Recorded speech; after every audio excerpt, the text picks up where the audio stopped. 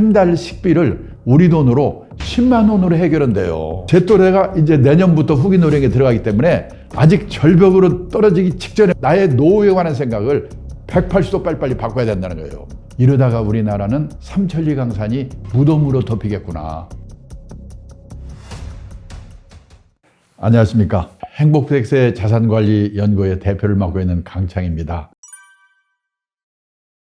제 나이가 되어보니까 그때 그렇게 해서는 안 되는 거였구나, 이렇게 했어야 되는구나 하는 거를 깨닫게 됩니다. 근데 그때 깨달아서는 이미 늦습니다. 젊은 시절에 저는 이걸 간접 경험이라고 합니다만은, 간접 경험을 통해서 미리미리 후반 인생에 대해서 깨달을 기회가 있었던 게 중요한 거 아닌가 생각이 드는데, 크게 3번 그런 간접 경험을 할 기회가 있었습니다. 제가 이제 대학생 시절인데요. 저는 도중에 군대를 갔다 와가지고 복학생입니다. 졸업을 앞두고 있는데요. 그때 제가 우연히 어느 성직자분이 강의라는 거를 제가 듣게 됐습니다. 근데 그분이 그때 어떤 제목으로 무슨 얘기를 했는지는 60년 넘었기 때문에 생각이 잘 안 나는데요. 지금 기억이 선명하게 나는 게 뭐냐면, 이분이 프랑스의 철학자라고 해야 되나요? 작가라고 해야 되나요? 장폴 사르트르가 했다는 얘기를 하는 겁니다. 인간은 타인의 눈길에서 지옥을 경험한다. 우리가 남의 눈 때문에 너무 힘들다. 남의 눈에 전전긍긍하지 않는 게 중요하다. 웬일인지 그게 저한테 휠이 꽂혔습니다. 그래서 저는 그 후에 남이 나를 어떻게 생각하는가 이런 경험을 할 때마다 그때 그분이 생각을 하면서 용기를 얻고 그런 상황을 벗어날 수가 있었습니다. 젊은 시절에 그 얘기를 들은 거를 참 행운으로 생각하고 있습니다. 두 번째는요.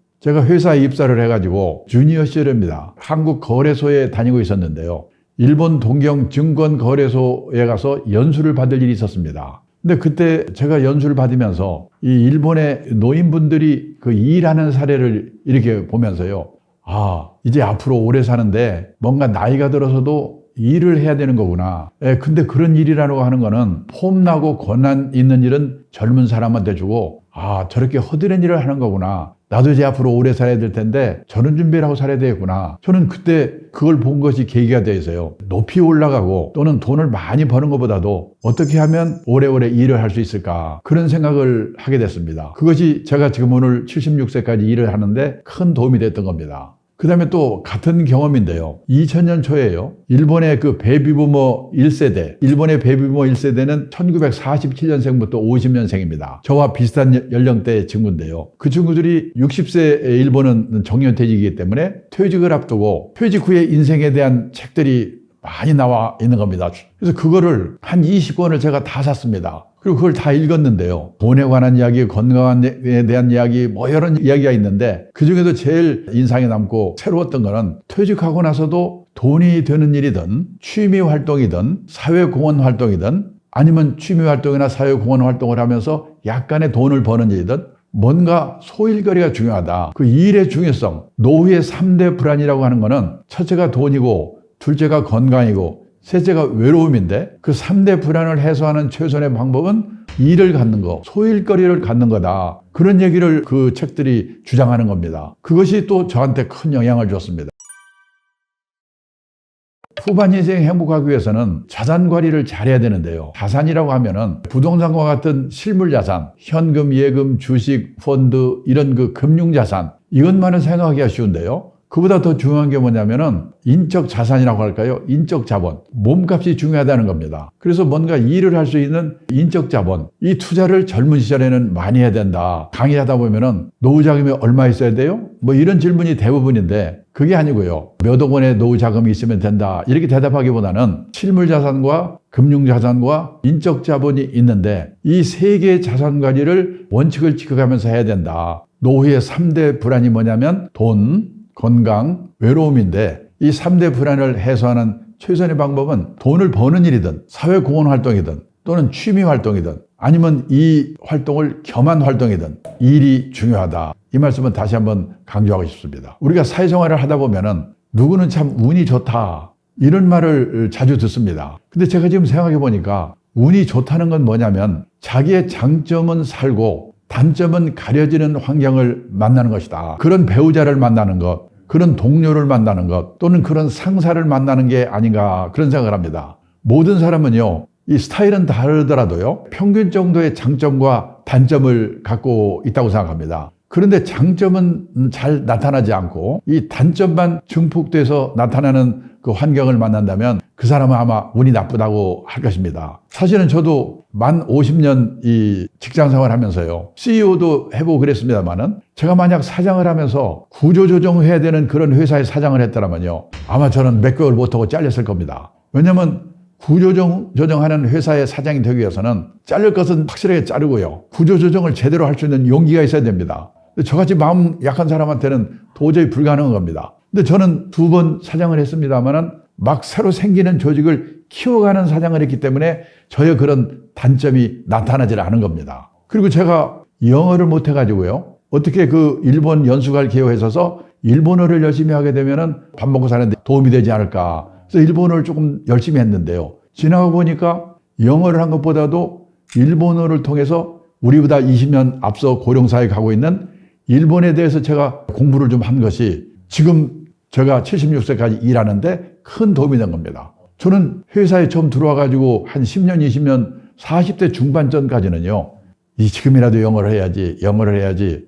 매년 초에는 학원에 등록을 하고 한 달째마다 그만두고 그런 일을 반복을 했는데 어느 순간에 이제 내가 새로운 일을 능력을 키우는 건 쉬운 게 아니구나. 잘하는 것이라도 제대로 해야 되겠구나. 그래서 내가 잘하는 거는 일본어고 그 일본어를 통해서 일본의 사정, 일본의 우리보다 20년 앞서가는 고령사회에 대해서 공부를 좀 해서 그걸 활용해서 내가 앞으로 일을 해야지 결심을 하고 그렇게 한 덕분에 제가 지금 76세까지 일을 하고 있다는 겁니다. 장점은 살고 단점은 가려지는 환경을 만날 수 있도록 직장인분들이 노력하시는 게 좋지 않을까 그런 생각을 합니다. 어떻게 하면 노후 파산이 되는 겁니까? 파산 되지 않으려면 어떻게 되는 겁니까?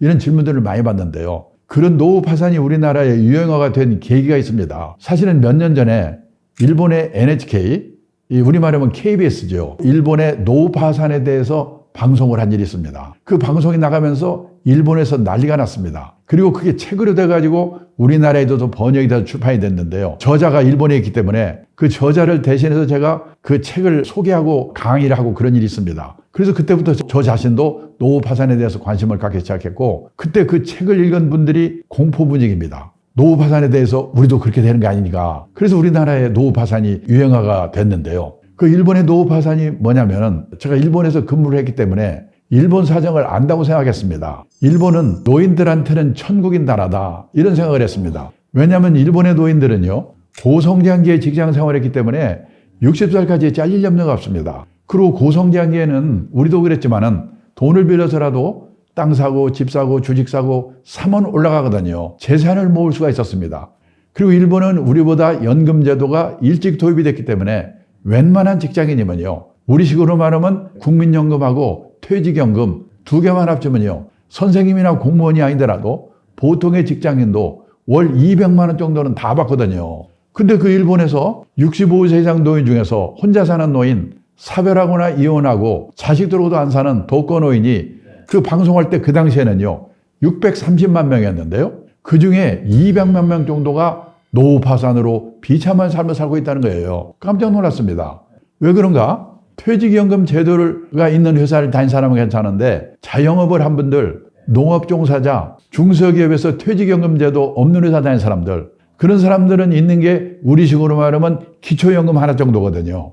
근데 일본은요 기초연금의 금액이 우리보다는 많은데 1인당 최고 금액이 우리 돈으로 65만 원 정도밖에 안 됩니다. 부부가 같이 있을 때는 둘이 합치면 130만 원, 일도 좀 하고 그러면 사는데요. 사별하거나 이혼하고 나면 65만 원밖에 안 되니까 어떤 사람은 한 달 식비를 우리 돈으로 10만 원으로 해결한대요. 편의점에 가서 삼각 김밥 하나 사 먹고 끝낸답니다. 선진국인데. 그러다가 60이나 70이 돼가지고 몸이 아프기 시작하면 노후 파산이 되는데 그런 사람이 당시에 200만 명이라고 그러더라고요. 일본 사람들은 집은 다 있을 텐데 집을 팔아서 살면 될 거 아니냐. 참고로 그 당시에 일본의 주택보급률이 113.5%였습니다. 우리나라의 그때 주택보급률은 104%였습니다. 그러니까요, 일본에는 웬만하면 집이 있어요. 근데 그 집이 믿을 수가 없는 겁니다. 제 친구가요, 동경 수도권에 살고 있습니다. 28평짜리 아파트에 살고 있습니다. 일본 사람들은 집을 크게 살지 않죠. 우리처럼 집에다가 돈 쳐발려고 그러지 않아요. 그 아파트를 1984년도에 우리 돈으로 계산해서 1억 2천만 원에 샀답니다. 그 쫙 올라가지고 일본의 집값이 제일 비쌀 때가 언제냐면 1991년 3억 6천만 원까지 올랐습니다. 지금 거기 살고 있거든요. 제가 한 달 전인가 전화해서 물어봤어요. 야, 지금 너희 그 집 얼마냐? 예, 우리 돈으로 3천만 원, 4천만 원에도 안 팔인데요. 팔아봤자 1년 생활비가 될까 말까예요. 그러니까 일본 사람들은 예금을 많이 하거든요. 예금에 넣은 돈을 헐어서 쓰는데 문제는 옛날처럼 60이나 70에 세상을 떠나버리면 상관없는데 100살까지 사니까 예금의 바닥이 나고 몸이 아프기 시작하면 노후 파산이 되는데 그 당시에 그런 사람이 200만 명이라는 거예요. 지금은요, 우리나라는 아직은 고령화의 초입 단계에 있습니다. 지금 우리나라 고령사회 그러지만은요, 베이비부머 세대들이 후기 노령기는 75세부터 시작되거든요. 일본은 대부분의 그 베이비부머 세대가 후기 노령기에 들어가 있어요. 근데 우리나라는 제가 75세인데 제 또래가 이제 내년부터 후기 노령기에 들어가기 때문에 아직 절벽으로 떨어지기 직전에 우리나라에 있기 때문에 아직은 지금 실감을 못하는 거예요. 그러니까 10년 후, 20년 후 우리나라도 일본과 같은 초고령 사회가 되면은 우리나라의 이 노후 파산되는 사람들이 얼마나 많겠는가. 그런데 지금 우리나라가요, 어려운 시대에 들어섰지 않습니까? 저는 그걸 뭐라고 하냐면 저성장 결핍의 시대가 지금 우리한테 오고 있다, 이렇게 말을 합니다. 우리나라가 1970년대, 80년대, 90년대 초까지만 해도요, 매년 10%대 두 자릿수 경제 성장을 했거든요. 그때는요, 작년보다 금년이 좋아지고 금년보다 내년이 좋아지고 이런 세월을 우리가 30년 넘게 살았기 때문에요, 우리 머릿속에는 고성장 마인드, 고성장 체질이 몸에 딱 박혀 있는 거예요. 근데 몇 년 전부터 4%, 3%, 2% 코로나 때 마이너스 성장도 했죠? 금년에 1% 성장하면 다행이라고 그러잖아요? 이거 보통 문제가 아니에요. 지금 우리나라가 저성장 결핍의 시대가 오고 있어요. 그래서요, 지금까지 갖고 있던 고성장 마인드, 고성장 체질을 바꿔야 되는 거예요. 이 성장률이라고 하는 것은요, 어떻게 결정이 되느냐? 노동인구 증가율, 그러니까 애를 많이 낳아야 돼요. 노동인구 증가율과 노동 생산성, 이 일을 열심히 해야 돼요. 그 두 가지가 경제 성장률을 결정하는데요. 이 노동 생산성은 일단 제외하고 이 노동인구 증가율 가지고 한번 생각해 보겠습니다. 여기 보이시다시피요, 1955년에서 60년, 이게 우리나라의 핵심 베이비붐 세대예요. 이때 6.25 이후에 2년 후부터 시작한 거죠. 1953년대에 휴전이 됐기 때문에 그때부터 60년 이때는요, 제가 초등학교 다닐 때입니다. 전국의 전기 보급률이 20%가 안 됐어요. 저희 고향에도 전기 들어온 게 1975년이었거든요. 이때는 전기도 안 들어오지, 저녁에 우리 부모들이 마땅히 리크레이션도 없어서 그러겠지만은 어떻게 둘이 만나서 6.3명을 낳습니까? 일이 그거밖에 없으니까 무지막지하게 난 거예요, 그냥. 그때 출생한 사람들이 노동 현장에 투입되면서 소비의 주체가 되면서 우리나라가 폭발적인 성장을 한 거예요. 근데 2022년 작년에 출산율이 0.78명, 금년에 뭐 0.7명 이하로 내려간다고 지금 그러잖아요? 큰일 났어요. 지금 뭐가 문제냐면 결혼들을 늦게 하잖아요. 여성의 그 결혼 연령이 초혼 연령이 늦어지고 있는데요. 3년 전인가 주례를 서준 일이 있습니다. 신랑 신부가 와가지고 신부가 뭐라고 하냐면 자기가 31살이래요. 딱 초혼 연령 평균이에요. 31살인데 친구들이 자기한테 그런대요. 너 왜 이렇게 빨리 시집가니? 31살인데. 제 아내는요, 22살에 결혼해서 50살에 할머니 됐거든요. 그러니까 얼마나 늦어진 거예요. 초산 연령이 주요국 중에서 우리나라가 제일 높아요. 32.3세. 그래도 낳기만 하면 좋겠는데 미혼 남녀 1000명한테 물어봤어요. 결혼해서 애 낳을래? 그랬더니요, 남자는 31%, 여자는 45%가 애를 안 낳겠다는 거예요. 왜 안 낳느냐? 살기가 막막하고 경력이 단절되고 다 아는 얘기잖아요. 이게 금방 바꿔질 리가 없잖아요. 이대로 가면요, 2035년이 되면 우리나라 여성 3명 중에 1명이 65세 이상 할머니 대국이 되는 거예요. 2040년이 되면 우리나라 인구 4명 중 1명이 75세 이상 초고령자가 된다는 거예요. 근데 인구의 고령화는 우리뿐이 아니고 일본, 유럽 다 똑같거든요. 근데 우리나라의 문제는 뭐냐면 이 늙어가는 속도, 고령화의 속도가 빛의 속도로 빨리 가고 있기 때문에 문제라는 거예요. 고령화의 속도라는 면에서요, 프랑스에서 155년 동안에 진행된 일이 이웃나라 일본에서 35년 동안에 진행이 됐어요. 4배, 5배의 속도로. 그래서 일본 사람들이 적응을 못하고 너무 빨리 가니까 저렇게 30년 고생을 하고 해온 거거든요. 근데 우리나라는 더 화끈해요. 일본도 저리 가라. 25년 동안에 진행이 됩니다. 프랑스 같은 나라는 155년 동안에 서서히 적응해 가면 돼요. 근데 우리나라는 25년 동안에 총알같이 적응하지 않으면 살아남을 수가 없게 됐다는 거예요. 그래서요, 엊그저께까지 상식으로 생각했던 일에 관한 생각, 주택에 관한 생각, 애들 교육에 관한 생각, 애들 결혼에 관한 생각, 나의 노후에 관한 생각을 180도 빨리빨리 바꿔야 된다는 거예요.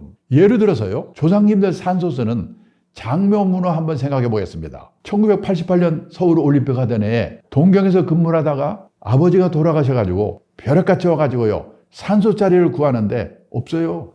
벽제를 갔더니요, 북향에 절벽 같은 데밖에 없어요. 그래서 제가 아는 분을 통해서 천안에 산소 자리를 구했거든요.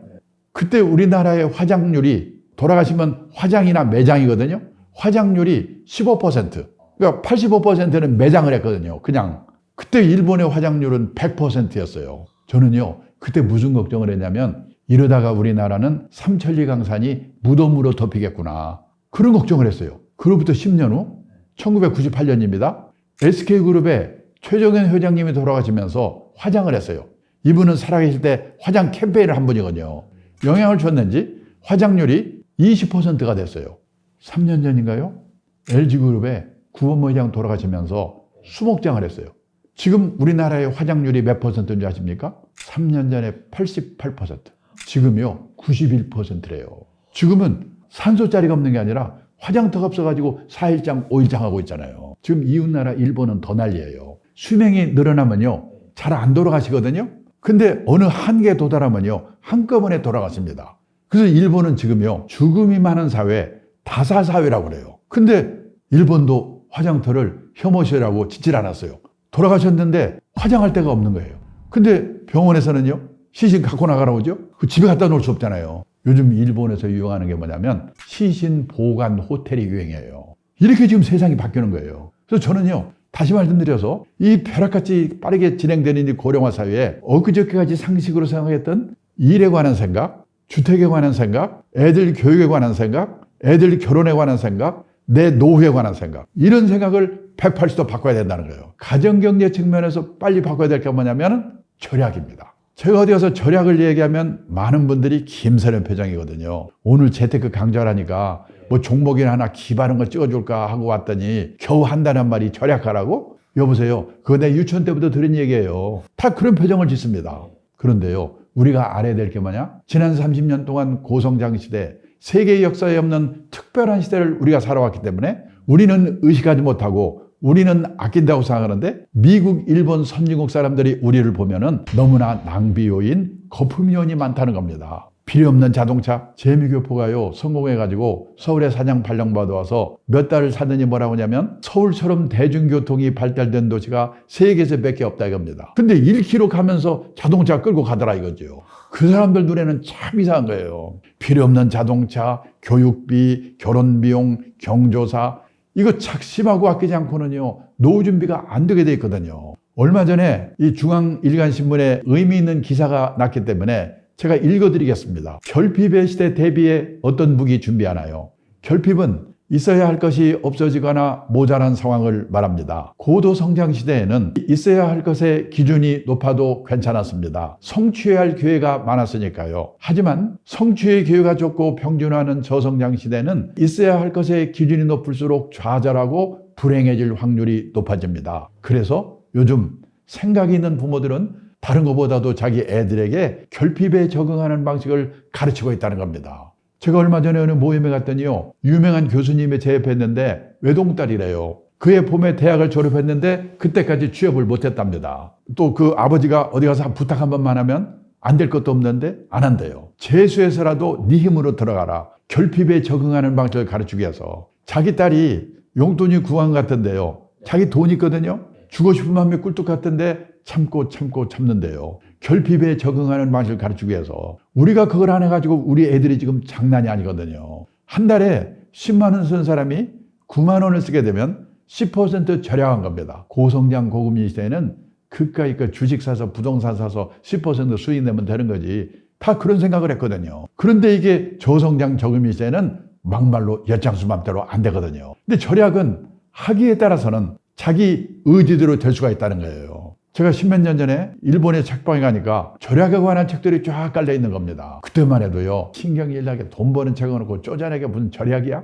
한번 시내 서점에 한번 들려보세요. 우리나라 서점에도 여자의 습관, 우아하게 가난해지는 법, 120만 한 달 살아보기, 이런 책이 지금 쫙 깔려 있습니다. 선진국이 걸어간 길을 우리가 그대로 따라가고 있어요. 가면 갈수록 절약의 중요성이 높아질 겁니다. 우리나라가 세계에서요, 자식한테 돈을 가장 많이 퍼붓는 나라예요. 부모는 자녀들한테 전전긍긍하고 과보하고 있는 게 우리나라의 문제인데 우선 취직이 안 되잖아요. 지금 직업이 사라지는 시대예요. 2033년, 지금부터 10년 후입니다. 현재 있는 직업의 47%가 사라질 거래요. 이제는요, 안전한 직업이 없습니다. 문제는 퇴직 후에 30년, 40년 후반 인생이 행복해야 돼요. 후반 인생이 행복하기 위해서는 20대, 30대 젊은 시절부터 이런 준비를 해야 되는데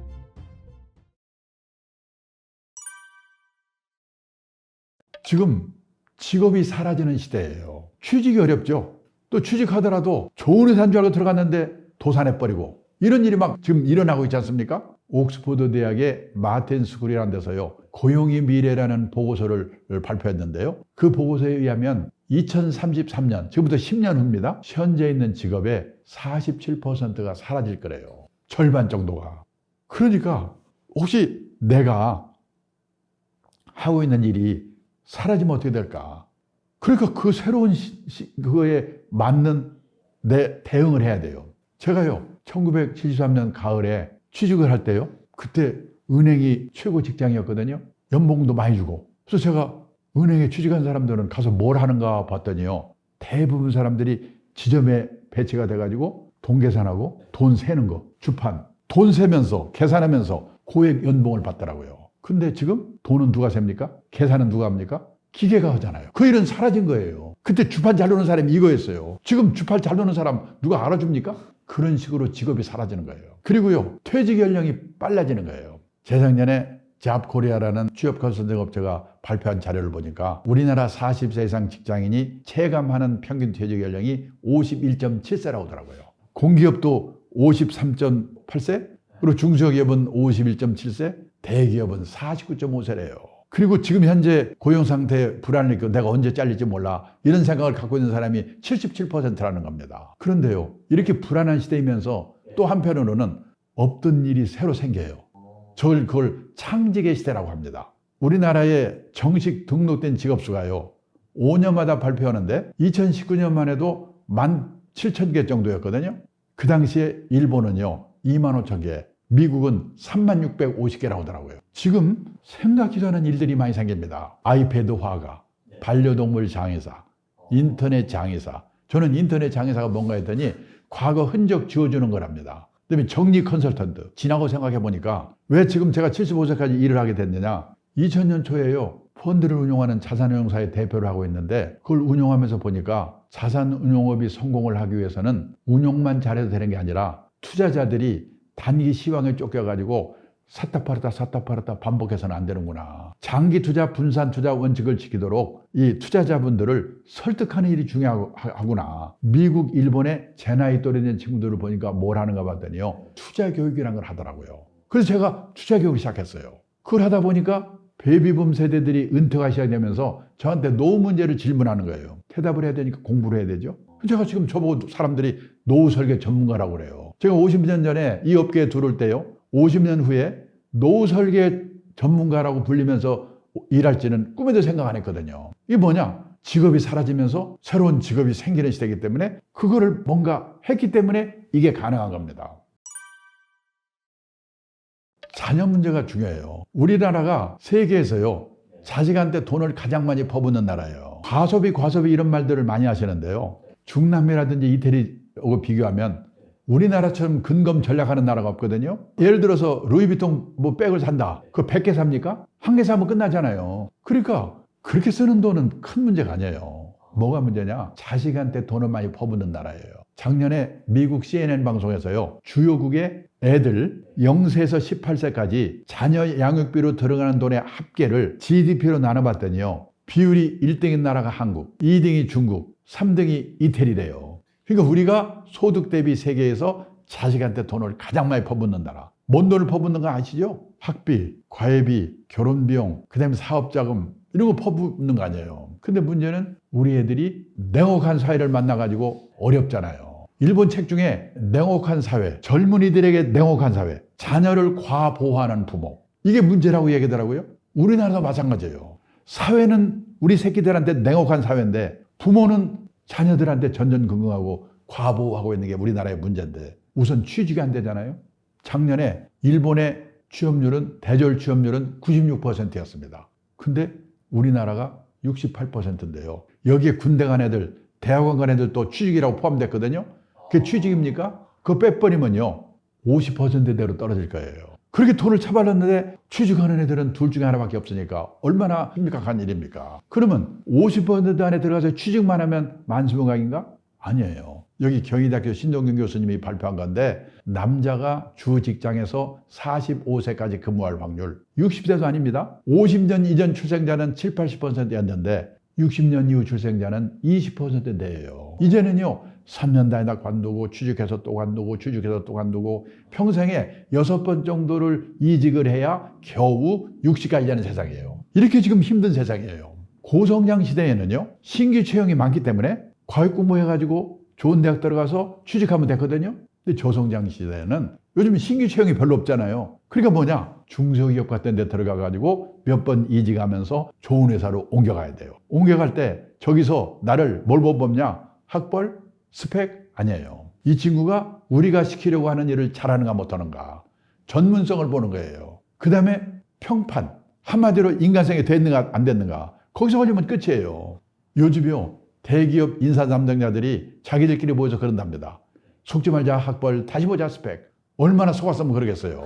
취직을 했는데 변호사가 됐다고 가정하겠습니다. 변호사는 요즘 쉽습니까? 재작년에요. 저희 업계에서 사내 변호사 한 명을 뽑는데요. 변호사가 50명 모였어요. 왜 그런지 아십니까? 우리나라 변호사 1번 등록이 1906년에 나왔답니다. 10,000번째 등록이 2006년. 그때 변호사는 끝내줬죠. 귀하니까. 근데 또 10,000명 늘어나는데 8년. 또 10,000명 늘어나는데 5년.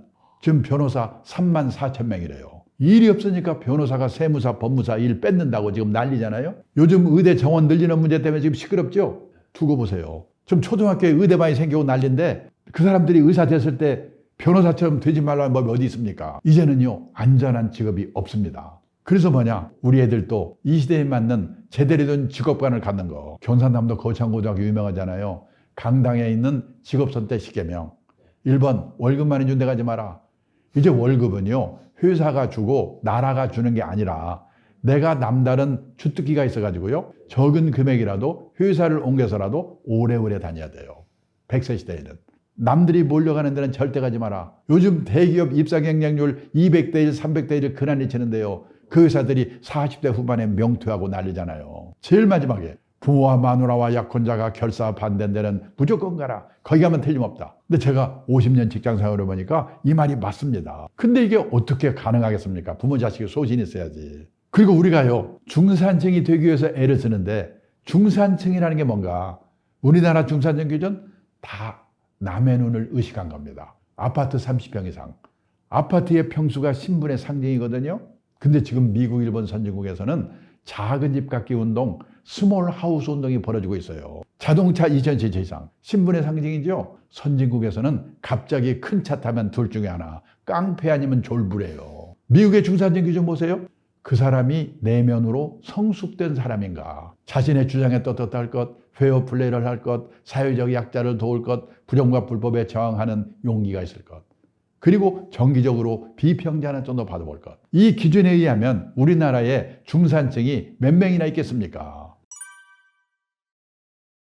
이 저성장 결핍의 시대에 젊을 때는요 뭔가 일을 해서 먹고 살 수가 있기 때문에 문제는 퇴직 후에 30년, 40년 후반 인생이 행복해야 돼요. 후반 인생이 행복하기 위해서는 20대, 30대 젊은 시절부터 이런 준비를 해야 되는데 저는요 연령대별로 그러면 어떤 준비를 해야 되는가를 간단히 말씀을 드리는데 만약 내가 40대다 그러면 20대, 30대 했어야 될 일을 안 했다면 소급해서 해야 되는 거예요. 예를 들어서 20대다 그러면 지금 해야 될 일을 하면서 40대, 50대, 60대, 70대는 이런 식의 준비를 해야 되는구나. 그걸 미리 마음으로 작정을 해둬야 되는 거예요. 자 우선요 20, 30대에 준비해야 될 게 뭐냐? 가장 중요한 게 뭐냐면 20, 30대에는 삼층연금, 국민연금, 퇴직연금, 개인연금으로 노후 최소 생활비 확보도록 연금 가입하고 열심히 붙는 게 중요해요. 우리가 선진국이라고 하면 노후자금을 몇억 원씩 들고 있는 나라 이렇게 생각하는데 아니에요. 세상을 떠날 때까지 최소 생활비 정도를 공적, 사적 연금으로 확보하고 있는 나라가 선진국이거든요. 예를 들어서 독일, 미국, 일본 그 노인들에게 매달 주수입원이 뭐예요? 이렇게 물어보면 예, 연금이에요. 이렇게 대답하는 분이 노인 중에 60, 70%, 80, 90%라는 겁니다. 우리는 그렇게 대답할 수 있는 분이 학교 선생님, 공무원, 군인 정도밖에 안 되기 때문에 20% 정도밖에 안 돼요. 그래서 연금은 한꺼번에 부어서 되는 게 아니거든요. 적은 금액으로 오래 부어야 되기 때문에 직장 생활 시작과 동시에 국민연금, 퇴직연금, 개인연금 가입하는 거 이게 바로 노후 준비예요. 그리고요, 이 100세 시대에는 오래오래 일을 할 수가 있어야 되기 때문에 자기 몸값 높이는 노력, 인적 자본 투자를 돈을 꾸어서라도 영어 공부를 한다든지 무슨 공부를 하든지 인적 자본 투자 열심히 하는 게 그게 바로 노후 준비입니다. 그리고 이 삼층연금 중에서 퇴직연금을 이제 회사가 책임져주는 퇴직연금은 DB형연금이라고 그러고 가입자들이 책임지고 그 연금 자산을 운용하는 거를 DC형 연금이라고 하는데 앞으로 대세가 DC형 연금이거든요. 그 DC형 연금을 운용하기 위해서는 이제 공부를 해야 돼요. 거기서 공부를 해가지고 다른 자산 운용하는 데 활용하는 거예요. 그러니까 삼성연금 중에 퇴직연금 중에 DC형 연금을 성의를 갖고 주인의식을 갖고 열심히 펀드 투자를 어떻게 해서 이 연금 수익을 높이지? 이런 공부를 해가지고 거기서 배운 지식으로 다른 자산 운용하는 데도 활용하는 거예요. 그것이 바로 20대, 30대가 해야 되는 노후 준비입니다. 엄청난 게 아니에요. 그리고 40대가 되면요, 건강에 슬슬 신호가 오거든요. 그 건강관리에 신경을 써야 되고 그 다음에 신경을 써도 병이 올 수가 있으니까 중대질병보험 하나 들어두는 건강 리스크 관리를 시작해야 되고요. 또 하나가 40대에 중요한 건 뭐냐면 애들이 초등학교 고학년이 되기 시작하거든요. 그때 뭔 일을 해야 되냐? 부부가 어디 가서 제대로 자녀 교육 문제, 자녀 결혼 문제 이거에 대한 제대로 된 연수를 받아가지고 공부를 해가지고요. 부부가 공통된 인식, 소신을 가지고 자녀 리스크 관리를 시작해야 돼요. 그게 30대, 40대 할 노후 준비입니다. 그리고 50대, 60대가 되면요. 사람마다 다른데 퇴직이 시작되거든요. 그러면 퇴직하기 전에 중요한 게 뭐냐? 가계자산의 구조조정을 해야 돼요. 빚 많은 사람은 빚을 줄이고 그다음에 재산이 부동산밖에 없는 사람은 부동산과 금융자산의 비율을 적당한 비율을 맞추고 이러는 가계자산 구조조정을 그때 시작해야 되고요. 그 다음에 퇴직 후에도 뭔가 할 일, 뭔 일을 하고 살까? 그 일을 준비하는 거. 그게 바로 50대, 60대가 해야 되는 노후 준비라는 것입니다. 그러니까 연령대별로 제가 이 말씀드린 거를 이미 시작을 안 하신 분은 빨리 소급해서 시작을 하시고 앞으로 내가 나이 들어서 40대, 50대, 60대에 이런 일들이 나한테 생기기 시작하는구나. 그때 나는 어떻게 준비를 할까? 그런 생각을 하시라는 겁니다. 선진국이라고 하면 노후자금을 몇억 원씩 들고 있는 나라가 아니고 세상을 떠날 때까지 최소 생활비 정도를 공적, 사적 연금으로 확보하고 있는 나라. 이게 선진국이라고 말씀드렸죠. 여기 보시다시피 미국, 일본, 독일의 노인분들에게 매달 주수입원이 뭐예요? 예, 연금이에요. 이렇게 대답하는 분이 60 내지 70%, 80 내지 90%라고 여기 나와 있지 않습니까? 근데 우리나라는 학교 선생님, 공무원, 군인 출신하고 일부밖에 없기 때문에 22% 정도예요. 그러면 그동안에 우리나라 노인들은 뭘 먹고 살았을까요? 1980년도만 해도요. 자식이 도와줬거든요. 자녀의 도움이 72%예요. 그런데요. 그게 2021년에는 14%로 줄어버렸어요. 뭐든지 우리는 화끈하니까. 이게 몇 년 지나서 조사 다시 하면 우리나라도요. 미국처럼 자녀의 도움이 주수입원인 비율이 미국처럼 0.7%, 일본처럼 1.9%, 독일처럼 0.4% 이렇게 될 거예요. 선진국 어느 나라도 자식이 부모의 주생활비를 도와주는 나라가 없습니다. 그래서요. 부부가 같이 국민연금 가입하는 거 이게 중요해요. 직장인들은 자동적으로 가입하는데 가정 전업주부들은요. 가입할 의무는 없지만은 이미 가입이 가능합니다. 최저 금액이 9만 원이거든요. 그러니까 가정주부들이 최저 금액 9만 원씩 30세부터 60세까지 30년을 가입하면요. 세상 떠날 때까지 53만 8천 원씩 받아요. 남편 거 갚으면 절대 굶을 염려 같거든요. 국민연금. 그리고 직장인은 퇴직연금. 그걸로 모자라니까 한 달에 10만 원, 20만 원이라도 개인연금. 이 100세 시대에는 이 세 가지를 삼층연금이라고 한다고 그랬죠. 삼층연금으로 최소 생활비 확보하는 게 제일 중요하다. 나는 그 준비 못한 채로 이미 퇴직을 해버렸는데 이제 와서 어떡하지? 그러면요, 살고 있는 집, 고향의 땅 과감하게 은행에 맡겨놓고 생활비 받아 쓰다가 갈 때 정산하는 겁니다. 주택연금, 농지연금이에요. 어떤 분은 그러시죠. 그래도 갈 때 자식한테 집 한 채는 주고 가야지. 근데 생각해 보세요. 100살에 가면서 자식한테 집 줘봐야 그 자식 70살이거든요. 생각을 바꿔야 되는 거예요. 아까 퇴직연금에 대해서 말씀을 드렸는데 퇴직연금에 대해서 주인의식을 가져야 된다는 거예요. 재작년에 피델리티라고 하는 미국에서 연금자산 운용하는 회사로 가장 큰 회사인데요. DC형 연금, 가입자가 연금자산 운용에 책임을 지고 운용하는 DC형 연금이 이미 보유하고 있는 그 금액이 100만 달러, 우리로 말하면 한 13억 이상 되는 숫자가요, 41만 명이라고 그러더라고요. 그리고요, IRA라는 거는 뭐냐면 우리식으로 말하면 IRP, 개인형 퇴직연금이거든요. 이것도 이 DC형 안에 포함이 되는 거예요, 어떤 면에서는. 그러니까 이걸로 또 100만 달러 이상 갖고 있는 사람이 34만 1600명이니까 두 개 합치게 되면요, 75만 명 정도 된다는 얘기거든요. 그러면 이게 피델리티라는 그 회사가 미국 그 연금시장 자산운용에 20% 정도 비중을 갖고 있기 때문에 여기에 5배, 5,035, 한 400만 명 정도가요, 연금 100만 장자라는 얘기예요. 그럼 미국은 왜 이렇게 되냐? 미국 사람들한테 가장 중요한 건 뭐냐면 직장인들은 내 노후 자금 마련하는 최선의 수단이 퇴직연금이라는 생각을 갖고 있어요. 그래서 먼저 회사 입사할 때도 이 회사는 퇴직연금 제도가 있는가? 내가 내면 회사가 얼마 대주는가? 이런 거 다 조사해보고 입사를 해요. 근데 우리나라는 아마 회사 입사하면서 우선 붙는 게 문제지 뭐 퇴직연금이 있는지 없는지 그걸 알아보고 하는 사람은 0명일 거예요. 미국 사람들은 이것부터 보고 들어와서 그 퇴직금 자산을 자기가 운용해야 되니까 펀드는 어떤 게 좋고 어떻게 해야 되고 이 공부를 하는 겁니다. 공부한 지식을 가지고 나머지 다른 자산을 운용하는 데도 활용하는 거거든요.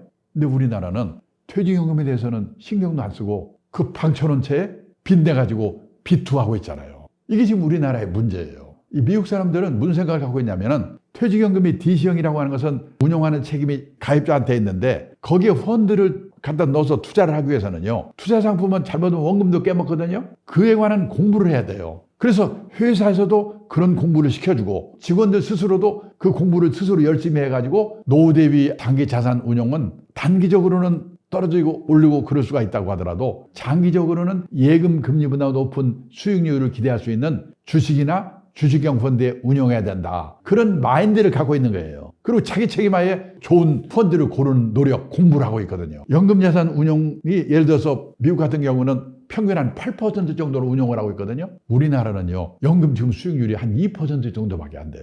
그러니까 우리도 노력을 해가지고 8%안 가더라도 한 5, 6% 정도만 꾸준히 운용을 한다면 노후가 얼마나 행복하겠습니까? 미국과 우리나라의 다른 점은 뭐냐면 우리나라는 DB형의 비중이 조금 많이 있습니다. 그런데요, 이제 가면 갈수록 DC형, 가입자가 책임져야 되는 연금의 비중이 높아질 거예요. 미국의 경우에는요, 옛날에 1980년대까지만 해도 DB형이 대세였는데요. 지금은 한 60, 70%가 DC형, 가입자가 책임지는 연금이, 퇴직연금이거든요. 그렇기 때문에 자기 노후가 달려있기 때문에 공부를 해야 된다 생각하고 공부를 하고 있는 거예요. 미국의 직장인들은 DC형 퇴직연금을 운용하면서 자기들이 운용의 주체가 돼가지고요, 7, 80%를 주식형 펀드 같은 공격적인 상품, 투자 상품에 넣어놓고 투자를 하는 거예요. 그러니까 수익률을 낼 수가 있는 거예요. 근데 문제는 그거 잘못하면 원금도 깨먹을 수 있거든요. 근데 뭐냐, 제대로 된 교육을 받았고 공부를 하기 때문에 원칙을 지켜서 투자를 하기 때문에 평균을 보면 한 8% 정도 수익을 내고 있다는 거예요. 근데 우리나라는 공부를 잘 하지도 않고 가끔 단기에 뭐 오른다고 그러면 샀다가 떨어진다면 또 팔아버리고 이러니까 수익률이 나질 않는 거예요. 펀드 투자에 관한 공부를 기본적으로 열심히 해야지 퇴직연금 자산 운용에 도움이 되는 겁니다. 우리나라의 경우에 DC형 연금이 지금 보시다시피 2% 정도의 수익률밖에 안 돼요. 근데 미국은 보시면요, 장기 평균이 한 8% 정도 됩니다. 근데 이웃나라 일본만 해도, 일본도 우리나라처럼 투자 교육이 잘 안 된 나라인데도 거기도 좀 열심히 좀 뒤늦게 시키고 있어가지고 일본은 우리와 미국의 한 중간쯤에 있습니다. 평균 수익률이 한 4% 정도 돼요. 하다못해 일본 수준으로까지만 해도 2%를 4% 정도까지만이라도 좀 올려놓으면 그나마라도 낫지 않겠나, 그런 생각을 합니다. 그럼 퇴직연금 수익률을 높이려면 어떻게 해야 되느냐? 관심을 가져야 돼요. 퇴직연금에 대해서 주인의식이 있어야 돼요. 기업의 입장에서는 잘못해가지고 회사 맘대로 투자상품 넣었다가 깨먹으면 원성을 듣거든요. 그냥 원금 보장에다가 다 갖다 밀어넣어버리잖아요. 퇴직연금이라고 하는 것은 펀드로 이번 달에도 10만 원, 다음 달에도 10만 원, 다음 달에도 10만 원, 20년, 30년, 40년 장기 적립식 투자를 하는 거거든요. 펀드를 장기로 적립식으로 투자하게 되면은 어떤 위력이 있는가? 어떤 분이요, 펀드 투자를 시작했습니다. 처음에 시작할 때 가격이 10,000원일 때 시작했습니다. 한 달에 10만 원씩 눈이 오나 비가 오나 적립을 시작했습니다. 그러면요, 10만 원씩 한 달에 투자하면 1년이면 얼마겠습니까? 12달이니까 120만 원이겠죠? 그게 10년 투자를 했다면 원금이 얼마가 되겠습니까? 1,200만 원이겠죠? 그런데요, 시작할 때는 10,000원에 시작했는데 시작하자마자 펀드 가격이 떨어지기 시작하는 겁니다. 5년 동안 떨어져 가지고요, 5년 후에는요 2,000원 정도로 떨어졌어요. 그러면 얼마나 김새겠습니까? 그래서 보통 우리나라의 경우에는 한 서너 달 넣다가 이렇게 계속 떨어지면요 김새 가지고 그냥 빼버리거든요. 근데 이 사람은 아까 말씀드렸죠, 비가 오나 눈이 오나 넣었단 말이죠. 5년 후에 2,000원까지 떨어졌던 거가 그때부터 반등을 시작해가지고 다시 오르기 시작해서 5년 동안에 10,000원을 회복했어요. 그래서 10년 사이에 10,000원 했던 거가 2,000원까지 떨어졌다가 다시 10,000원이 됐다고 가정을 합니다. 그러면요, 매달 살 때마다 사는 가격이 다르겠죠. 10,000원에 샀다가 8,000원에도 사고 7,000원에도 사고 어떤 건 2,000원에 사고 어떤 것도 6,000원에 사고 그러겠죠. 그러면 10년 후에 원금은 1,200만 원이 들어갔는데 평가액이 얼마나 될까요? 이 질문하면요, 1,200만 원 들어갔지, 10,000원에 시작했지, 2,000원까지 떨어져서 다시 10,000원 됐지. 그러니까 원래 금액으로 돌아왔으니까 뭐 그냥 평가액도 원금 근처에 있겠지. 뭐 1,200만 원이요. 이렇게 대답분이 많아요. 근데요, 놀랍게도 10년 후에 평가액이 2,410만 원이에요. 원금의 2배가 됐어요. 가격은 10,000원에서 10,000원 되돌아왔을 뿐인데. 왜 그럴까요? 2,000원, 3,000원, 4,000원 할 때는요, 만약 가격이 2,000원 떨어졌다, 기분은 더럽게 나쁘죠. 그런데 10,000원일 때는 한 개 샀다면 2,000원일 때는 5개를 사는 거예요. 2,000원에서 5개 사놓고 그 다음부터는 조금만 올라도요 회복 속도가 빠른 거예요. 그래가지고 가격이 원래 가격으로 돌아왔을 뿐인데 평가액은 2,410만 원이다. 그래서 장기로 10년, 20년 적립식 투자를 할 수 있는 거는 퇴직연금밖에 없거든요. 그러니까 내 퇴직연금을 우량 펀드를 골라가지고 눈이 오나 비가 오나 그 금액을 꾸준히 넣는 게 중요하다는 겁니다. 그러면 가격이 떨어지면 기분은 참 나쁘지만 그때는 수량을 많이 사거든요. 그래서 평균 단가를 낮춰주는 역할을 하는 거예요. 그거를 이해하셔야 된다는 거예요. 내 돈이 하나도 없더라도 은행이 빌려준다면, 아버지가 빌려준다면 영끌 눈 감고 집 샀지요. 재산이 50대가 제일 많을 때인데 50대 가구의 평균 부채가 1억 800이래요. 바빠 죽겠는데 올라야 떨어져, 그 얘기만 하세요. 모른다니까요. 걔는 공부도 못하는 게 얼굴 좀 이뻐가지고 시집을 잘 갔는지 뭐 샀다고 사진 찍어 올리고. 우리나라처럼 남의 눈 때문에 미치는 나라가 없어요. 인구 대비로 볼 때 베이비붐의 기간 출산율이 우리가 일본의 거의 2배쯤 되거든요. 끝나면 쇼크가 훨씬 더 클 거예요. 이제 자산 관리에 대해서 좀 생각을 해보겠는데요. 우리나라는 부동산이기 때문에 부동산 얘기부터 하겠습니다. 재작년에 한국은행에서요, 주요국의 물가, 구매력 평가 환율이라는 게 있더라고요. PPP 환율. 이거를 기준으로 가구당 순자산을 계산해서 발표했는데요. 우리나라는 59만 4천 달러, 6억이 넘죠. 7억쯤 되죠. 근데요, 프랑스가 57만 2천 달러, 일본이 50만 달러. 이 두 나라가 우리보다 선진국이고 우리보다 자본 축적을 몇십 년 앞서서 시작한 나라인데 아무리 물가를 감안했다고 하지만요, 우리가 이 두 나라보다 부자래요. 믿어지십니까? 그런데 한국은행 발표인데 거짓말이 아니겠죠. 근데 문제는 가계자산을 분해를 해봤더니요, 우리나라는 부동산이 78%, 금융자산이 22%. 근데 미국은요, 반대로 부동산이 34%, 금융자산이 66%. 우리가 반대예요. 그러니까 한마디로 말하면 우리나라는 재산 이퀄 부동산인데 부동산 가격이 비싸니까 부자처럼 보이는 거예요. 계속 부동산이 오르면 상관없겠죠. 물론 나라는 미치겠지만은. 근데 혹시 이웃나라 일본과 같은 장기 부동산 하락 현상이 나타나면 내 노후에 나는 어떻게 되지? 걱정이 되는 겁니다. 그러면요, 지금 우리나라 부동산이 얼마나 비싼지 일본과 비교를 해보겠습니다. 지금 우리나라 남한 땅 넓이가 10만 평방킬로미터입니다. 일본 땅 넓이는 38만 평방킬로미터입니다. 그러니까 우리나라 남한 땅 넓이가 일본 땅 넓이의 약 4분의 3이에요. 그런데요, 재작년 가격으로 우리나라 남한 땅을 다 판 돈을 일본 땅을 다 판 돈으로 나누면요, 약 4분의 3이에요. 땅 넓이는 4분의 1인데 땅값은 4분의 3이다. 이 말은 일본 땅을 3평 팔아야 우리나라 땅을 1평 살 수 있다는 거예요. 평균 우리나라 땅값이 일본 땅값의 3배 비싸다는 겁니다. 그런데 1980년대 제가 동경에서 근무할 때요, 그때 일본이 부동산 버블로 난리를 쳤거든요. 그때 일본 땅값을 다 팔면 우리나라 남한 땅 다 판 돈의 15배라고 그랬어요. 1980년대만 해도 우리나라 남한 땅의 땅값은 일본 땅값의 15분의 1이었는데 지금 4분의 3, 거의 비슷한 수준까지 온 거 아니에요?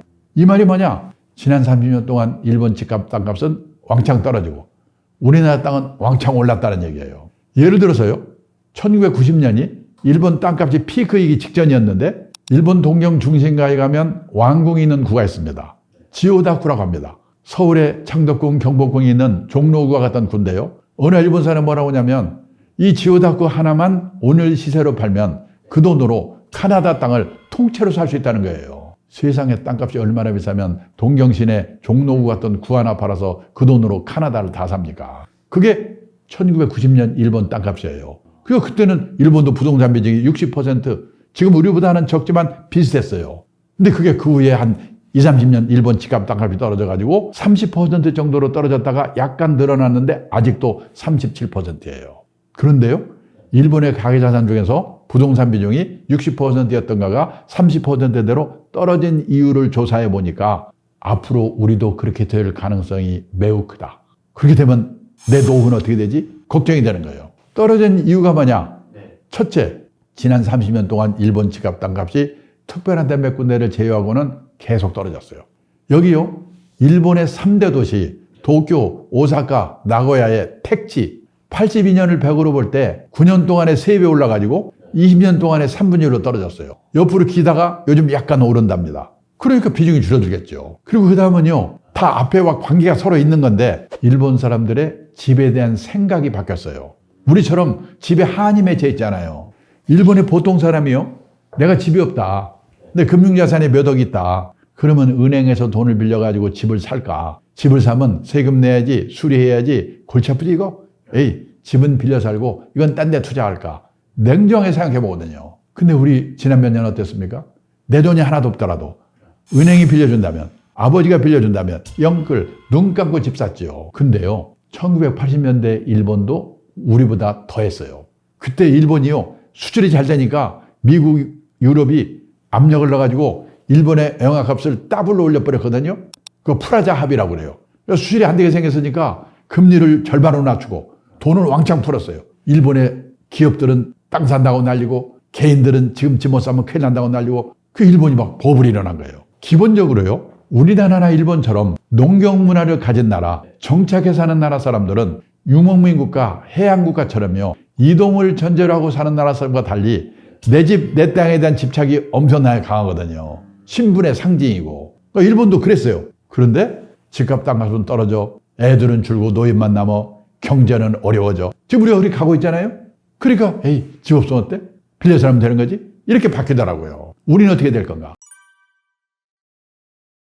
일본도 우리나라도 베이비붐 세대가 왕창 태어나가지고 집을 사면서 집값을 올렸어요. 근데 일본은 베이비붐 세대 내 집 마련이 끝났어요. 우리는 아직 안 끝났어요. 끝나면 어떻게 될 건가? 그리고요, 인구 대비로 볼 때 베이비붐의 기간, 출산율이 우리가 일본의 거의 2배쯤 되거든요. 끝나면 쇼크가 훨씬 더 클 거예요. 도시화. 시골에 살던 사람들이 도시로 이주를 하면서 집을 사니까 집값을 올렸어요. 일본은 도시화 과정이 끝나가지고 도시에서 지방으로의 역류 현상이 나타나고 있어요. 우리나라 도시화율이 몇 %인지 아십니까? 도시화율이라고 하는 거는 전체 인구 중에서 도시에 사는 사람 인구 비율이거든요. 싱가포르, 홍콩 같은 도시국가를 제외하면요, 우리나라 도시화율이 세계에서 1등, 2등이래요. 국토교통부 발표에 의하면 91%. 좀 시골에 가봐도 도시로 나올 만한 청년들이 있습니까? 다 노인들이지. 도시화도 끝난 거예요. 그리고 마지막으로는요, 선진국에서는 자기 사는 집 말고 집이나 가게를 따로 여분으로 갖고 있다가 세를 놓습니다. 그 사람이 세를 안 내? 못 내보내요. 선진국은 세입자의 권리가 너무 세기 때문에 소송해야 돼요. 골치 아파요. 그래서 선진국에서는 보통 사람들은 실물로 부동산에 투자하는 게 아니라 리츠, 부동산 펀드 같은 간접 투자를 한다는 거예요. 근데 리츠나 부동산 펀드는 펀드이기 때문에 금융자산 안에 포함이 되어 있어요. 안 하는 게 아니고. 그래서 미국, 일본의 금융자산 비중이 60%, 70% 우리가 반대인 이유가 거기에 있는 거예요. 근데 알게 모르게 앞으로 우리나라도 그런 방향으로 가고 있다. 근데 제가 어디 가서 이런 말씀 드리면 대부분 사람들이 얼굴 표정에 나타납니다. 저 친구는 증권회사에서 온 모양이지 주식 사라고 꼬시려고 그러는구나. 그러니까 부동산 안 된다고 그러고 보나마나 막판에 가면 주식 사라고 할 거야. 다 그런 표정이거든요. 아닙니다. 함부로 제가 떨어지면 이렇게 떨어지는 게 아니에요. 떨어졌다 올랐다 떨어졌다 올랐다. 일본도요. 처음에 지나고 보니까 20년 30년 장기 하락이었는데 처음에 5, 6년 동안은 일시적인 건지 헷갈려서 몰랐어요. 지나고 보니까 장기 하락이에요. 함부로 오릅니다 떨어집니다 저는 이 말을 할 자신이 없어요. 다만요, 집을 사줄 사람은 젊은 사람들이거든요. 그런데 지난 20년 동안 우리나라 20, 30대는요 100만 가구가 줄었고 앞으로 20년 동안에 130만 가구가 또 줄어든대요. 집을 늘려가는 거는요 애들이 생기면서 40, 50대거든요. 지난 20년 동안에는 260만 가구가 늘었는데 앞으로 20년 동안에는 190만 가구가 줄어든대요. 무슨 가구만 늘어나는가? 노인네 가구만 400만 가구 늘었고 앞으로도 530만 가구가 또 는대요. 근데 이 노인 가구들은 이미 집이 있거나 없더라도 아직까지 없다는 거는 살 능력이 없기 때문에 그렇잖아요. 누가 집을 살 건가? 그리고요 1, 2인 가구는 680만 가구 늘었고 앞으로도 380만 가구가 또 는대요. 근데 3인 이상 가구는 110만 가구 줄었고 앞으로도 170만 가구가 또 줄어든대요. 이게요 예측이기 때문에 꼭 맞으라는 법 없어요. 미래은퇴연구소에서 예측한 건데 숫자가 좀 틀릴 수는 있어요. 그래도 방향은 이 방향으로 간다는 거예요. 그 다음에 또 하나 문제는 뭐냐면 빚이 있느냐 없느냐가 또 문제예요. 일본의 제 친구요 3억 6천까지 갔던 거가 지금 3천만 원 4천만 원에도 팔릴까 말까인데 아무렇지도 않아요. 왜? 애들은 집 있고 나는 빚도 없는데 여기 살다 죽으면 되는 거지. 그러는 거예요. 여기 보다시피요 일본 각 가정의 부채 비율입니다. 연령대별로 평균 낸 건데요. 제일 높을 때는 40대 미만 188%. 그때는 이 사람들도 빚밖에 없어요. 왜? 30년 40년 월부로 집을 사니까 집 사고 나면 빚밖에 없는 거거든요. 근데 퇴직하고 나면 빚이 4%밖에 안 남아요. 거의 없어요. 그러니까 그 사람들은 회사 입사해가지고 월부로 집 사가지고 퇴직할 때까지 빚 갚는 게 목표예요. 살다 가면 되는 거예요. 근데 우리는요 이 비율이 제일 높을 때는 마찬가지로 30세 미만 198%. 근데 퇴직을 했는데도 49% 빚이 절반이 있어요. 우리나라요 재산이 50대가 제일 많을 때인데 50대 가구의 평균 부채가 1억 800이래요. 없는 사람 있을 테니까 많은 사람은 몇 억이 있겠죠. 이게 그거예요. 만약에 20년 30년 우리가 노인이 됐을 때 일본과 같은 집값 하락 현상이 혹시 나타나면 우리나라의 주택빈곤, 하우스푸어 얼마나 많겠는가. 이거 생각해 보셔야 돼요. 자, 그러면 어떡하란 말이냐. 사고팔고에 대해서는 함부로 말씀을 못 드리고 다만 사든지 팔든지 알아서 하시더라도 원칙만은 지키셔야 됩니다. 그래야지 주택빈곤, 하우스푸어가 안 됩니다. 원칙이 뭔데? 투자라고 하는 것은 리스크가 따르는 것입니다. 따라서 재산이 한 곳에 집중되어 있으면 안 됩니다. 갖고 계신 재산이 100% 부동산에 몰빵되어 있으시다면 그 부동산이 오를 때 오를 망정 우선 10%, 20%라도 금융자산을 가지세요. 그리고 나이가 들어가면서 금융자산의 비중을 높여가셔야 됩니다. 환갑 나이쯤 되면요. 선진국 수준까지는 못 가더라도 부동산과 금융자산 비중이 반반 정도는 돼야 된다. 그래야지 오르든 떨어지든 주택빈곤, 하우스푸어는 안 된다. 그리고 옛날처럼 과도한 부채를 안고 집 사는 거는 앞으로 정말 조심해야 된다. 이 말씀밖에 드릴 수가 없습니다. 이 말씀은 좀 드리고 가고 싶습니다. 지금 많은 직장인들이 일에 소홀히 하면서 주식투자에 열중하는 게 문제가 될 수 있다는 걸 말씀 좀 드리고 싶은데요. 재작년에 자본시장 연구원이라는 데서요. 어느 대형 증권회사의 20대 남성 투자자의 주식 매매 회전율이 6,800%라는 통계를 발표했습니다. 회전율이 뭐냐면요. 1년에 몇 번을 사고 파는가. 이게 회전율인데요. 1년에 한 번 샀다 팔면요. 100%예요. 세계적인 보수적인 자산운용사들의 평균 회전율이 얼마냐면요. 연 40% 정도래요. 그러니까 2, 3년에 한 번 정도를 샀다 팔았다 하는 거예요. 근데 우리나라 남성 투자자의 주식 매매 회전율이 6,800%라는 것은 1년에 68번을 샀다 팔았다 돌린다는 거예요. 일주일에 거의 2번 정도씩. 그러면요. 꿈에도 나타나요. 일하다가도 그 생각해야 돼요. 그럼 회사 잘려요. 요 몇 년 동안에 우리나라에 유행한 말이 있었습니다. 돈에도 일을 시켜라. 옳은 말이에요. 금리가치랑 코로나 때 1% 정도 했으니까 그거 가지고는 안 되니까 뭐냐. 투자 상품을 사가지고 수익을 내서 수익을 내야 되기 때문에 돈에도 일을 시키라고 그랬거든요. 근데 그 말이 변질이 돼가지고 어느덧 돈에만 일을 시키라고 됐어요. 근데요, 인생에서 재산은 비중이 한 10%, 20% 비중이라면 회사에서 하는 일은요, 90% 이상의 비중을 갖거든요. 회사에서 하는 일이 얼마나 중요한 금융자산인가를 이해하셔야 돼요. 회사에서 하는 일은요, 월급 나오죠, 보너스 나오죠, 퇴직금 나오죠. 그래서 직장인은 일에서 성공해야 돼요. 가장 큰 투자 엔진은 자신의 직업이다. 그 시간에 일을 해야 돼요. 그리고 1년에 68번을 돌리면요, 어쩌다 한 번은 마칠 수가 있지만은 계속 마친다는 보장이었거든요. 그러니까 자산관리에서도 실패하는 거예요. 지금 일에서도 실패하고 자산관리에서 실패하고 그런 일들을 하는 분들이 많이 있어요. 조심하셔야 돼요. 그러고요, 주가만 오르면은 다 돈 버냐? 그게 아니에요. 아까 피델리티라는 회사에 대해서 말씀을 드렸는데 이게 미국에서요, 아마 가장 큰 자산운용사일 거예요. 1977년부터 90년 사이에요. 피델리티가 판매한 펀드가 있는데 마젤란 펀드라고 세계적인 펀드, 전설적인 펀드라고 유명합니다. 근데 1977년부터 90년까지 13년 동안 그 마젤란 펀드를 주식형 펀드인데 운용한 사람 이름이 피터 린치라는 사람인데요. 피터 린치가 13년 운용했는데요. 13년 동안의 수익률이 몇 퍼센트냐면 2700%.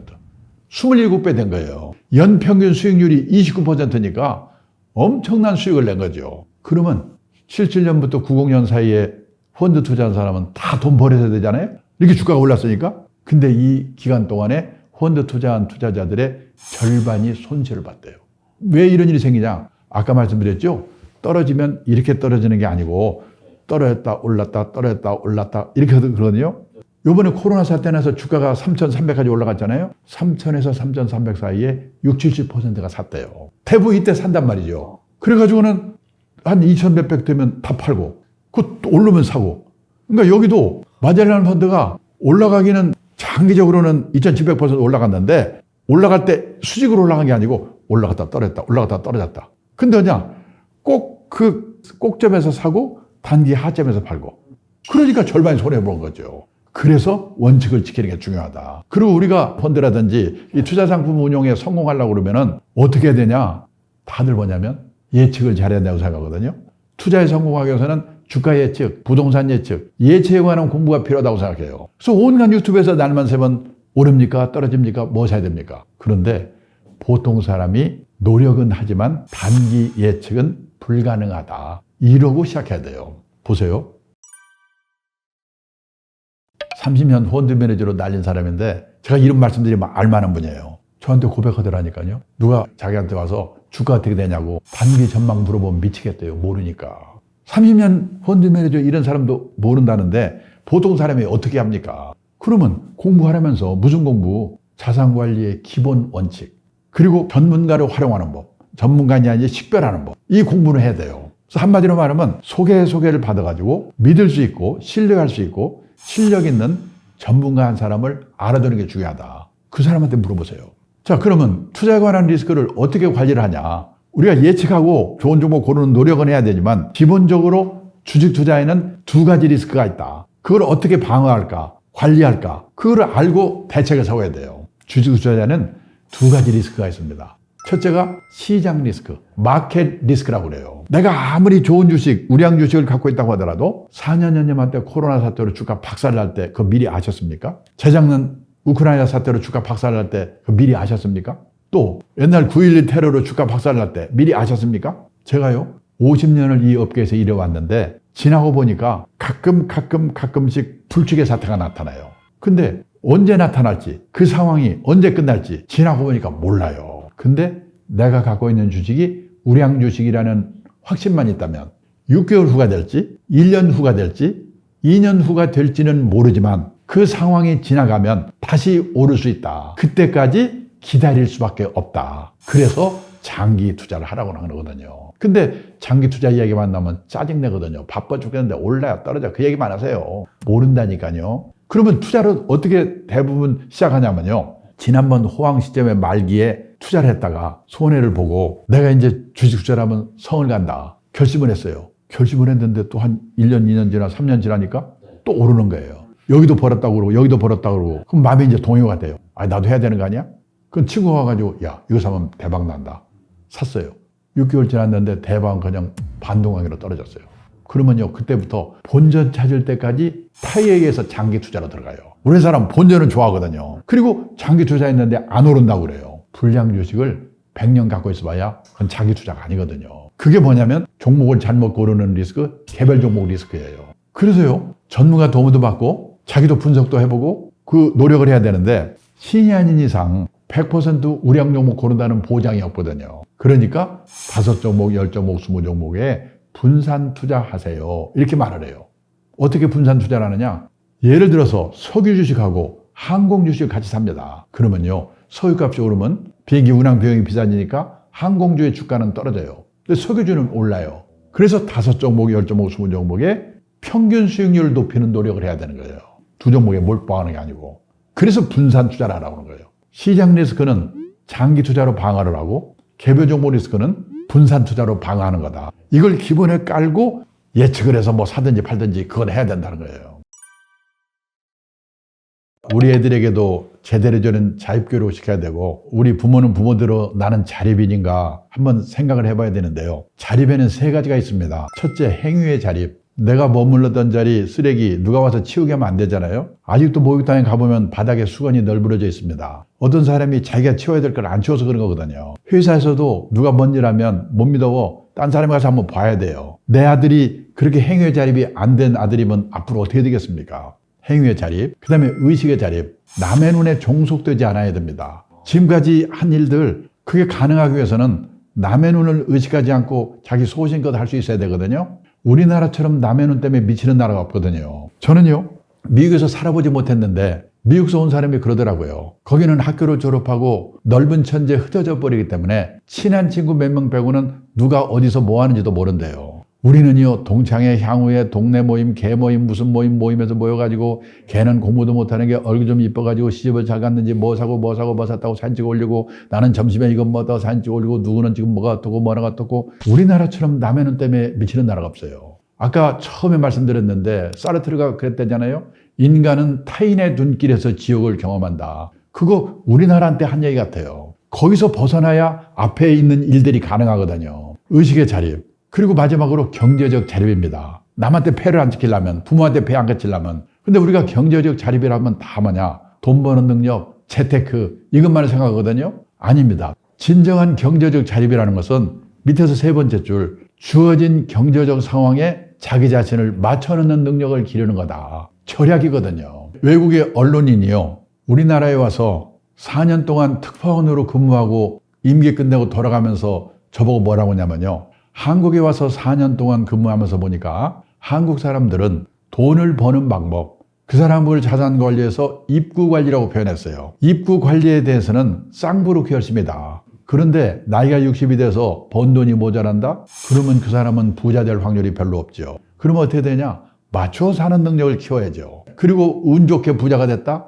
그러면 아름답게 사는 방법. 그 사람을 자산 관리에서 출구 관리라고 표현했어요. 한국 사람들은 입구 관리에 대해서는 무지하게 열심인데 출구 관리에 대해서는 집에서 가르치냐, 학교에서 가르치냐, 사회에서 가르치냐, 공부가 너무나 안 되어 있다.